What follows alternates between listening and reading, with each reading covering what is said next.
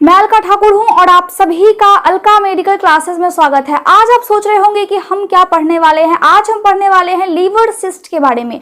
अब आपने ये तो सुना होगा कभी ना कभी कि सिस्ट एक वर्ड होता है। अगर आप कभी भी अचानक से जाते हैं हॉस्पिटल में और डॉक्टर आपको सडनली बोल देते हैं, अचानक से बोलते हैं कि आपके लीवर में सिस्ट निकल गया है, तो आप सिस्ट को कैंसर की तरह ही लेते हैं। लेकिन आपको पता होना चाहिए कि कैंसर और सिस्ट में बहुत ज़्यादा डिफरेंस है, बहुत ज़्यादा ही अंतर है। और आपको ये भी नहीं पता होता है कि सिस्ट क्या होता है, डॉक्टर क्या बोल रहे हैं, हमें क्या करना है और फ्यूचर में फिर से ये हमें ना हो इसके लिए हम क्या क्या कर सकते हैं। मैं सारे डाउट्स को क्लियर कर दूंगी और लीवर सिस्ट के बारे में आपको जो भ्रम है वो भी निकल जाएगा और आपको अच्छे से जानकारी मिल जाएगी।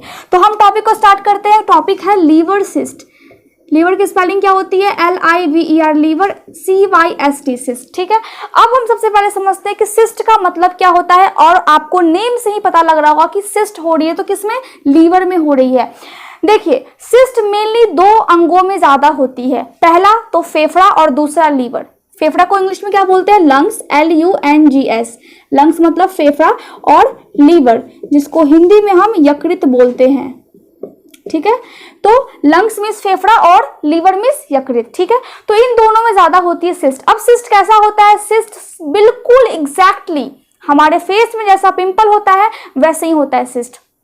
फेस में दाना निकलता है छोटा छोटा और उसके अंदर कभी कभी पस होता है और कभी कभी उसके अंदर पानी टाइप का होता है। ठीक है, तो सेम ऐसे ही लीवर में होता है। अब लीवर के दो लोब होते हैं। लोब से क्या मतलब है कि इस तरह दो भाग होते हैं लीवर के। ठीक है, साथ में जुड़े होते हैं लेकिन दो भाग होते हैं इस तरह लीवर के। और लीवर हमारे बॉडी के राइट साइड होता है, तो लीवर में छोटा छोटा सा दाना निकल जाता है। अब ये जो दाने की संख्या है मतलब सिस्ट की संख्या है वो एक भी हो सकती है, दो भी हो सकती है और उससे ज्यादा भी हो सकती है, लेकिन ज्यादातर नहीं होते हैं, एक या दो होते हैं। उसके बाद बहुत ज्यादा सिस्ट उन लोगों को होते हैं, बहुत ही कम लोगों को होते हैं जिनमें बहुत ज्यादा प्रॉब्लम होती है। अब हम समझ लेते हैं कि ये जो लीवर है वो हमारे बॉडी के लिए क्यों जरूरी है और ये हमारे बॉडी में क्यों पाया जाता है। हम जानते हैं कि लीवर हमारे पाचन की क्रिया में बहुत ज्यादा मदद करता है। मतलब एक वर्ड अगर हम लिखें तो हम लिखेंगे डाइजेशन। डाइजेशन की स्पेलिंग क्या होती है? DIGESTION।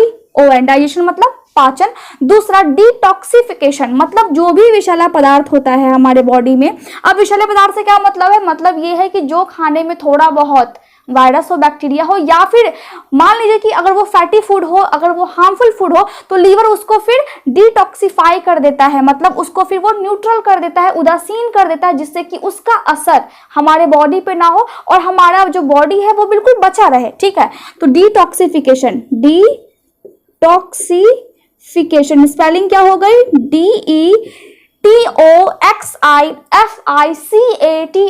जल्दी जल्दी नोट कीजिए आप। पहला डाइजेशन, दूसरा डिटॉक्सिफिकेशन। अब तीसरा होगा मेटाबॉलिज्म। तीसरा क्या होगा? मेटाबॉलिज्म। मेटाबॉलिज्म का मतलब होता है कि हम जो भी खाते हैं उसको ये ऊर्जा में परिवर्तित कर देता है। उसके बाद ये बनाता है प्रोटीन को। लीवर क्या करता है? प्रोटीन की सिंथेसिस करता है। PROTEIN, protein synthesis. सिंथेसिस का मतलब होता है बनाना। SYNTHESIS। तो लीवर का ये सभी काम है। ठीक है, तो लीवर के चार काम हमने देख लिए, मतलब चार हमने फंक्शन देख लिए। पहला क्या था? Digestion, detoxification, metabolism and protein synthesis. Liver का ये काम है। अब लीवर में हो गई है सिस्ट। अब आप सोच रहे होंगे कि अगर सिस्ट हो जाए तो क्या लीवर में प्रॉब्लम होगी? प्रॉब्लम तो है क्योंकि सिस्ट है, लेकिन सिस्ट की जो साइज होती है वो जनरली 2 mm। mm का मतलब क्या होता है? मिलीमीटर से लेकर के 20 सेंटीमीटर तक हो सकता है एक सिस्ट का साइज। मतलब वो जो दाने का साइज है वो इतना हो सकता है। लेकिन अगर वो 2 mm की होती है, मतलब मिलीमीटर की होती है, तो वो कोई भी लक्षण पैदा नहीं करती है। मतलब अगर सिस्ट, समझ लीजिए, अगर दाना छोटा है तो आपको कोई भी प्रॉब्लम नहीं होगी। आपका जो बॉडी है वो बिल्कुल नॉर्मल ही काम करेगा जैसे वो काम करता है। लेकिन अगर इस सिस्ट की साइज 7 सेंटीमीटर से ज्यादा हो गई या फिर 7 सेंटीमीटर हो गई तो आपको प्रॉब्लम होना शुरू हो जाएगी और आपके बॉडी में उसके लक्षण भी आने लगेंगे, क्योंकि आपका जो बॉडी है वो डिस्टर्ब हो रहा है इस सिस्ट की वजह से। अब समझिए कि अगर फेस में दाना होता है तो कितनी ज्यादा प्रॉब्लम होती है, तकलीफ होती है। तो सेम इसी तरह आपके बॉडी के अंदर ये लीवर है और और उसमें छोटा छोटा दाना हो गया जिसको हम बोलते हैं सिस्ट। ये कैंसर नहीं है, ये बात आपको याद रखनी है कि इसको कैंसर की तरह नहीं लेना है, कैंसर नहीं है, ये ठीक हो सकती है, ठीक है। तो यहाँ पे 7 अगर हो जाए इसकी साइज तो आपको प्रॉब्लम हो सकती है, तब तक आपको लक्षण नहीं आएंगे जब तक ये 7 सेंटीमीटर की नहीं हो जाती है। नोट कीजिए, एग्जामिनेशन में इसके जो साइज है वो पूछे जा सकते हैं, तो आप वो नोट करना है, ठीक है।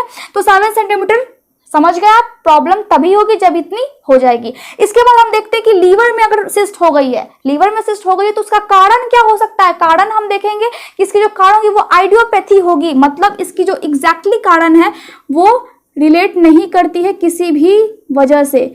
आइडियोपैथी स्पेलिंग क्या होगी, IDIOPATHY, आइडियोपैथी, मतलब एग्जैक्टली कारण नहीं पता है कि किस कारण की वजह से हो सकती है। लेकिन अगर आपको लीवर कैंसर है या फिर आपके लीवर में इन्फेक्शन है या फिर लीवर में पानी भर रहा है तो उस वजह से हो सकता है कि बाद में आपको सिस्ट भी हो जाए। और आप अगर सही से डाइट नहीं लेते हैं या फिर आपका जो लाइफस्टाइल है वो अच्छा नहीं है तो भी आपको ये होने के चांसेस हो सकते हैं।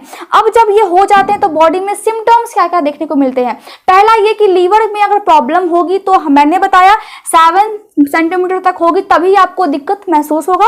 तो आपके पेट में दर्द होगा, तो जब पेट में दर्द होता है तो हम क्या बोलते हैं, abdominal pain, ABDOMINAL, abdominal pain, abdominal pain होगा। डिस्कम्फर्ट, क्योंकि आपको बेचैनी महसूस होगी, आपको आराम बिल्कुल भी महसूस नहीं होगा, तो क्या होगा, DISCOMFORT, डिस्कम्फर्ट की स्पेलिंग लिख लिया आपने। इसके बाद क्या होगा, इसके बाद आपको नौजिया, आपको उल्टी करने का मन करेगा, NAUSEA, नौजिया। इसके अलावा आपको उल्टी भी हो सकता है। उसके अलावा आपको कंधे में दर्द होगा, मतलब shoulder pain, SHOULDER, shoulder PAIN, pain. चलिए, कंधे में दर्द हो गया, कंधे में दर्द होने का आपको क्या हो सकता है, कंधे में दर्द होने का आपको ऐसा लग सकता है कि आपको वीकनेस हो रही है, तो WEAKNESS, वीकनेस। इसके अलावा हो सकता है blockage of bile duct, blockage of bile duct. अब आप सोच रहे होंगे कि बाइल डक्ट क्या है। देखिए, लीवर ऐसे ये पाया जाता है बॉडी में, ठीक है। ये समझिए कि ये अगर कोई आदमी है, मान लेते हैं कि ये कोई आदमी है, तो इसके जो लीवर होगी उसमें क्या हो गई, उसमें सिस्ट बन गई है। अब लीवर के जस्ट नीचे यहाँ पे छोटा सा एक होता है गुब्बारे की आकार का, जिसको हम बोलते हैं गॉल ब्लैडर। अब लीवर से क्या निकलता है, लीवर से निकलता है बाइल जूस। बाइल जूस क्या करता है, खाने को पचाता है, तो बाइल जूस। अब बाइल जूस जो निकलता यहाँ पे JUICE, ठीक है, लीवर से निकला बाइल जूस और वो बाइल जूस जाकर के इकट्ठा होता है इस गॉल ब्लैडर में, निकलता है लीवर से और इकट्ठा होता है गॉल ब्लैडर में। अब जब ये इकट्ठा होता है गॉल ब्लैडर में तो ये बहुत ज़्यादा, एक तरह से समझिए कि बहुत ज़्यादा कॉन्सेंट्रेटेड हो जाता है। अब कॉन्सेंट्रेटेड की मतलब क्या है और इसकी स्पेलिंग क्या है। कॉन्सेंट्रेशन का मतलब होता है कॉन्सेंट्रेटेड, CONCENTRATED, कॉन्सेंट्रेटेड का मतलब होता है बहुत ज्यादा गाढ़ा हो जाना। तो क्योंकि यहाँ पे जमा हो रहा है तो ये गाढ़ा हो गया। अब जब ये गाढ़ा हो गया तो अगर कोई हम फैटी चीज खाते हैं जिसमें फैट होता है, ठीक है, जैसे कि घी हो गया, जैसे कि बटर हो गई, तो अगर हम फैटी चीज खाते हैं तो ये जो जमा हुआ बाइल जूस है ये उस फैटी फूड को पचाने में हेल्प करता है, मदद करता है। तो इससे क्या होता है, इससे जो हमारा शरीर है वो बिल्कुल स्वस्थ होता है और हमारे बॉडी में फैट जमा नहीं होता है, ठीक है। तो मान लीजिए कि ये एक आदमी है और इसके लीवर में ये बन गया है सिस्ट। अब सिस्ट समझ सकते हैं कि सिस्ट का कोई ना कोई तो कारण होगा। मैंने आपको बताया कि अगर इन्फेक्शन होगा बॉडी में तो हो सकता है, अगर क्या होगा कि लीवर में अगर सिरोसिस होगी, मतलब लीवर में अगर प्रॉब्लम होगी तो हो सकती है, लीवर में पानी भरेगा तो हो सकता है। इसके अलावा एक और कारण है। वो कारण क्या होते हैं, वो कारण होता है कि अगर ये बच्चा है, समझिए कि अगर ये बच्चा है और अगर ये आदमी है और इसका अगर छोटा सा बेबी हुआ, ठीक, मतलब इसका बेटा या फिर बेटी हुई, तो अगर इसको प्रॉब्लम है तो इसके बच्चे में भी वो प्रॉब्लम आने के चांसेस बहुत ज़्यादा बन जाते हैं। अगर उसके लीवर में सिस्ट है, इस आदमी के लीवर में सिस्ट है, तो इसके बच्चे के भी लीवर में सिस्ट हो सकती है बाद में जाकर के।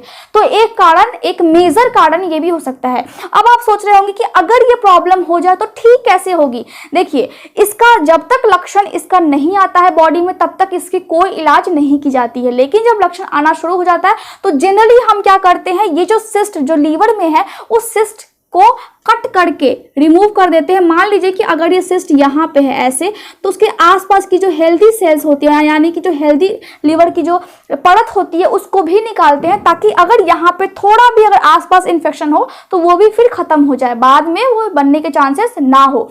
तो हम सर्जरी करके इसको रिमूव कर देते हैं। इसके अलावा अगर बॉडी में, मान लीजिए कि इस आदमी की बॉडी में अगर लीवर की जो सिस्ट है वो भी है और साथ ही साथ इन्फेक्शन भी है, तो हम सर्जरी के साथ साथ हम कुछ दवाइयां देंगे और साथ ही साथ हम एंटीबायोटिक्स का भी यूज करेंगे। अब एंटीबायोटिक्स की स्पेलिंग क्या होती है? ANTIBIOTICS। आप नोट करते जाएं, एंटीबायोटिक्स देंगे अगर इन्फेक्शन होगी तो, ठीक है। इसके अलावा कुछ मेडिसिन देंगे, कुछ प्रिस्क्राइब्ड मेडिसिन देंगे। मतलब स्पेलिंग देखिए इसकी, PRESCRIBED, प्रिस्क्राइब्ड मेडिसिन, ठीक है। प्रिस्क्राइब्ड मेडिसिन कोई भी नहीं ले सकता है जब तक डॉक्टर की पुर्जी लेकर के वो दुकान पे नहीं जाता है, तब तक उसको वो दुकान वाला दवाई नहीं देगा। ये बात हमें याद रखते हैं, प्रिस्क्राइब्ड मेडिसिन, ठीक है। और ओवर द काउंटर मेडिसिन क्या होता है कि हम कोई भी दवाई जाते हैं और बोलते हैं कि हमें ये मेडिसिन चाहिए और वो डायरेक्टली आपको वो निकाल करके दे देता है। तो डिफरेंस यही है प्रिस्क्राइब्ड मेडिसिन में, मतलब ये डॉक्टर के द्वारा अप्रूव्ड होता है कि आपको ये बीमारी है और आपको ये मेडिसिन लेना है, तभी आपको मिलता है। जब आप पुर्जे को दिखाते हैं उस शॉप वाले को तब, ठीक है। तो दोनों में फर्क समझिए कि अगर इन्फेक्शन होगी तो एंटीबायोटिक के साथ साथ हम कुछ मेडिसिन भी प्रिस्क्राइब करेंगे। इसके अलावा ट्रीटमेंट हम और क्या कर सकते हैं? इसके अलावा हम उसको बोल सकते हैं कि आप हेल्दी खाना खाइए, आप अपनी डाइट को अच्छे से रहिए, आप अल्कोहल ना पिए। तो इन सभी की वजह से ये आदमी बच सकता है और आप समझ सकते हैं कि अगर आपको कोई बीमारी नहीं है तो आपके आने वाले बच्चों को भी कोई बीमारी नहीं होगी। लेकिन अगर आपको ही बहुत ज्यादा बीमारी है तो आपके आने वाले बच्चों को भी वो हो सकती है। तो इसीलिए अगर आपको फ्यूचर में आपको चाहिए कि आपका फैमिली बिल्कुल हेल्दी रहे, तो आपको भी अपने लाइफस्टाइल पे फोकस करना होगा, अपने आप को हेल्दी रखना होगा, स्वस्थ रखना होगा। अगर आपको कोई भी डाउट होता है तो आप कमेंट्स करके जरूर बताएं। Thank you so much.